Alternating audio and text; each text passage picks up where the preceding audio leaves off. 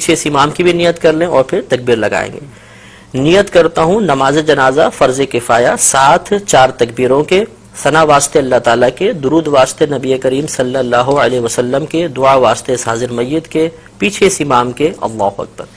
یہ نیت ہوتی ہے. اس میں ایک چیز یاد رکھیں کہ نماز جنازہ میں 2 فرض ہیں اور 3 چیزیں سنت مؤکدہ ہوتی ہیں. ایک فرض تو ہوتا ہے آدمی کا کھڑے ہو کر نماز جنازہ ادا کرنا، قیام اس میں فرض ہے. بلا عذر بیٹھ کے پڑھی تو نماز نہیں ہوگی.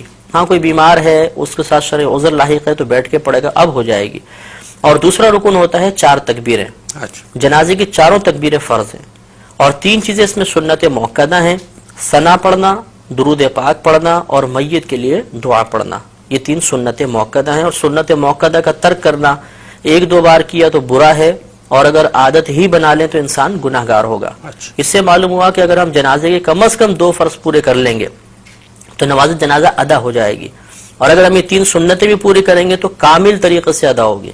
اس سے نتیجہ نکل آیا کہ اگر کسی شخص کو جنازے میں کچھ بھی پڑھنا نہیں آتا، نہ ثنا آتی ہے، نہ درود پاک آتا ہے، نہ جنازے کی دعا آتی ہے، اور وہ امام کے پیچھے تکبیر بلند آواز سے لگا لے جیسے میں طریقہ کرتا ہوں، اور وہ بس خاموش بھی کھڑا رہے گا تو جنازہ بہرحال ادا ہو جائے گا اس کا.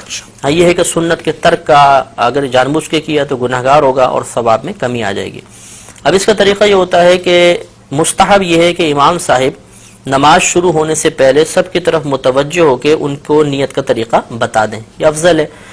اس کے بعد امام صاحب تکبیر لگائیں گے، ہم نیت کر کے تیار ہوں گے، اللہ اکبر کہہ کر ہاتھ کو باندھیں گے. یہ مسئلہ یاد رکھنا بہت ضروری ہے کہ جہاں شریعت نے فرمایا کہ کہو یا پڑھو، اس کا مطلب یہ ہوتا ہے کہ اتنی آواز سے کہو یا اتنی آواز سے پڑھو کہ تمہارے اپنے کان تمہاری آواز کو سن لیں.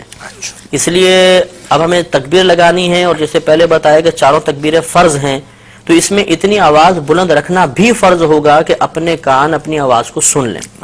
چنانچہ بعض لوگوں کو دیکھا ہے کہ ہونٹ بند ہوتے ہیں بس یوں. اب ان سے اگر پوچھا جائے کہ آپ نے زبان سے تو کچھ بھی نہیں کہا تو کہتے ہیں ہم نے دل میں تکبیر کہی ہے. تو دل میں تکبیر کہنے سے تکبیر کا فرض ادا نہیں ہوگا. اس لیے امام صاحب تو بہت بلند آواز سے پڑھیں گے جہر کے ساتھ، ہمیں کم از کم اتنی آواز سے اللہ اکبر پیچھے کہنا ہے 4 تکبیروں میں کہ اپنے کان سن لیں، ورنہ فرض ادا نہیں ہوگا، اور فرض ادا نہیں ہوا تو یہ نماز بھی ادا نہیں ہوگی.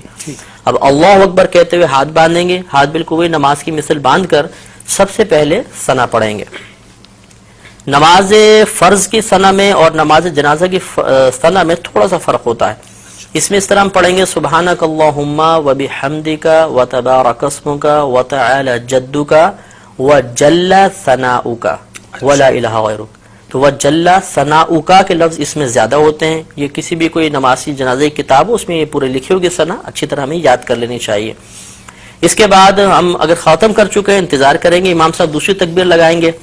یہ یاد رکھیں کہ نماز جنازہ میں فقط پہلی تکبیر میں ہاتھ اٹھانے، باقی آگے کی 3 تکبیروں کے اندر ہاتھ نہیں اٹھائیں گے لیکن زبان سے اللہ اکبر کہا جائے گا. تو بغیر ہاتھ اٹھائے اب اللہ اکبر کہیں گے اور اس کے بعد اب ہم درود پاک پڑھیں گے.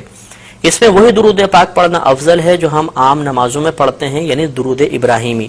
لیکن اگر کسی کو یاد نہ ہو تو کوئی بھی درود پاک پڑھ لیں، بلکہ یاد ہو اس کے باوجود دوسرا درود پاک پڑھیں گے تب بھی نماز ہو جائے گی.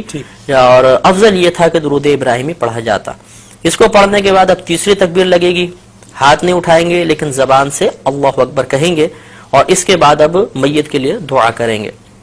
اگر نابالغ لڑکا ہے تو اس کی علیحدہ دعا ہے، نابالغ بچی ہے علیحدہ دعا ہے، اور بالغ مرد و عورت کی ایک ہی دعا ہوتی ہے.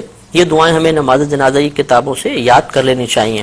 اگر بالفرض کسی کو یہ دعائیں یاد نہ ہوں تو کوئی بات نہیں، وہ کوئی بھی ایسی دعا کر لیں کہ جس میں امور آخرت کے بارے میں کچھ طلب کیا گیا ہو، دنیاوی کوئی چیز نہ طلب ہو رہی ہو، آخرت کے بارے میں، تو یہ ہم کوئی بھی دعا اس میں پڑھ سکتے ہیں. تو اس طرح ہماری نماز تقریباً مکمل ہو گئی. اب چوتھی تکبیر آئے گی، امام صاحب چوتھی تکبیر لگائیں گے. ہم نے ہاتھ نہیں اٹھانے لیکن زبان سے اللہ اکبر کہنا ہے. اور یہ اب سنت کریمہ ہے کہ جیسے ہی چوتھی تکبیر لگے اور سلام پھیرے تو ہاتھ کھول دیں. اور ہاتھ کھولنے کے بعد پھر السلام علیکم ورحمۃ اللہ، السلام علیکم ورحمۃ اللہ، دونوں طرف سلام پھیر دیا جائے گا. اب یہ یاد رکھیں کہ جہاں تکبیر کے بعد کچھ پڑھنا ہے اس میں ہاتھ بند رہیں گے، اور جہاں تکبیر کے بعد کچھ نہیں پڑھنا ہوتا وہاں ہاتھ باندھنے کی ضرورت نہیں ہوتی، ہاتھ کھول دیں گے۔ تو پہلی 3 تکبیروں میں چونکہ تکبیر کے بعد کچھ پڑھنا تھا تو ہاتھ بندھے رہے، چوتھی میں کچھ محل ہی نہیں ہے پڑھنے کا تو ہاتھ کھول کر